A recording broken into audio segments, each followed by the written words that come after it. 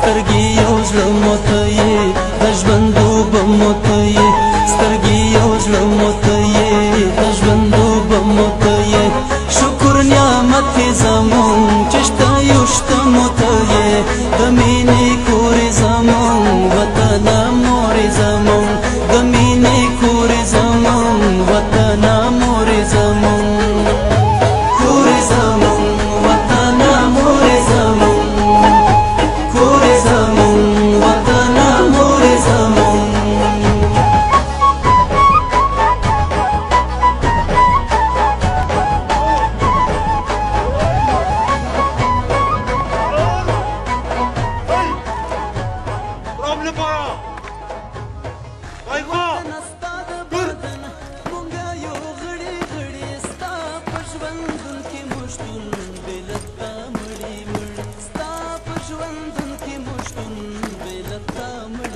برادر محترم بریج جنرال پرسنل پلیس ملی اتخاذ و اسپیشل فورس و نظام ترتیب و افتخار تشریف آوری شما را دارد.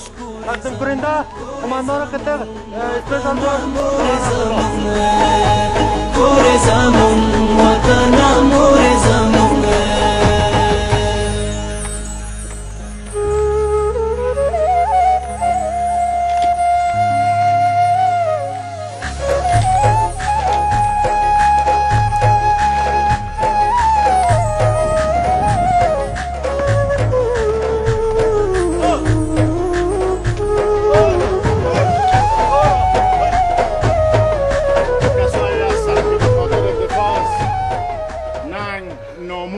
عزت شرف و حیثیت افغانستان سینه خود سپر میکنند تا این وطن از شر ظالما است کسایی که واقعا این وطن به خاک خون میکشانه و آرامش و صلح و ثبات از مردم میگیرند.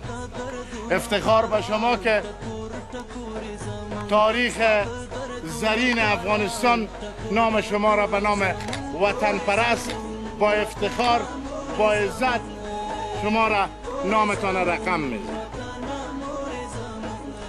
فرقی نمیکنه که از قاط ما و شما یا از بین ما و شما 4 نفر برادری که به شهادت رسیدن، هم از نظمنامه، هم از پلیس محلی، هم از پلیس ملی. روح و شاد یادشان گرامی باد. اما تاریخ شهادت او را فراموش نمیکنه. جانبازی و جان قربان کردنشان فراموش نمیکنه. امروز قطعه اسپیشل فورس یا کماندوی افغانستان قهرمانایی که در گوشه گوشه افغانستان قدمای پاک و قدمای با عزتشان در تمام افغانستان برداشتین، امروز همچنان به دره جلریز همچنان آمدن و در پالوی ما و شما خدمات شایسته را کردن. از اینا جهان سپاس و تشکری میکنم. همچنان قطعه خاص ما که همیشه شب و روز ضربات کوبنده را به دشمنای مردم افغانستان، یعنی دشمنایی که در اینجا کوشش میکنن آرامش مردم را بگیرن، اینا ضربات کوبنده برشان دادن. اینا قطعه که از همگی از قهرمانی و رشادت اینا یاد میکنه. از همه شما تشکر که در این راستا و به او روزی که ایزارات درجه 1 بود و دشمن پلان شوم داشت، پلان شومش لغو کردن و مشت محکم فولادی را به دهن دشمن کوبیدن. و شما فکر نکنین که افغانستان مادر وطن شما را فراموش میکنه. ببینیم که با یک ولسوالی که در اوج عزت است، افتخار است، کار است، زحمت است، تکلیف است، مردم با آرامش زندگی میکنن، اما 4 نفر اجنبی یا نوکر میاین هموطنای خود ما و شما را تحریک میکنن تا صلح ثبات از مردم ما و شما بگیرن. افتخار به شما قوای مسلح افغانستان، هم از برادرای قهرمان، برادرای بزرگ قوای مسلح، برادرای بزرگ قوای مسلح تشکری و خدمات از یا فراموش ناشدنی و همیشه ما به زبانم خواد یاد کردم این روز 4 روز وظیفه محمد نورخیل و در جلریزه. جهان سپاس از همه شما و انشالله روزی خواهد رسید که مردم افغانستان همهش استاد شوند و شما دیدین که به گردنهایتان گل انداختن و انشالله بارها از شما حمایت میکنن و یک بار دیگه گل پاشانتان خواد کردن که شما از این وطن دفاع میکنن. آیا مردم افغانستان حق از این نداره که درس بخونه؟ حق از این نداره تعلیم بکنه؟ حق از این نداره که از آب و هوای خوب این وطن استفاده کنه؟ او را از پیششان این کوردلا و سیادلا از پیششان میگیرن. چیزی که ما برای شما توصیم است که به همه جایی که به وظیفه میرین مردم افغانستان تشنه صلح است و تشنه امنیت است. کوشش کنین که تلفات ملکی را جلوگیری بکنین، مردمتان دوست داشته باشین و بدان دشمن خونخوار افغانستان بکوبین. نعره تکبیر! نعره تکبیر! نعره تکبیر!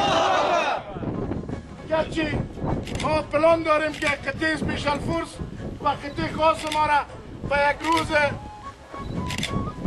که اون روز تاریخی یا تقدیر است نیروهای امنیتی باشه اینا را دعوت میکنیم.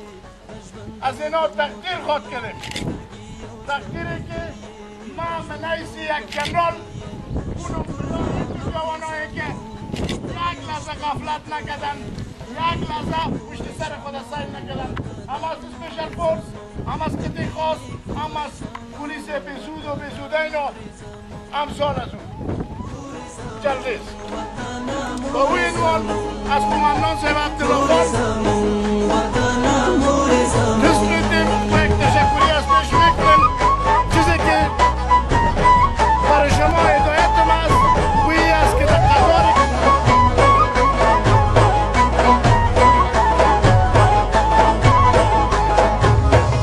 وطن استاد بدن مونږه یو غړي غړي ستا په ژوندون کې مشتون بلتا مړی مړی ستا په ژوندون کې مشتون بلتا مړی مړی تمو څادر دل مانځه د ډوډۍ شکورې زمون او تمو څادر دل مانځه د ډوډۍ شکورې زمون کورې زمون وطن مورې زمون کورې زمون وطن مورې زمون.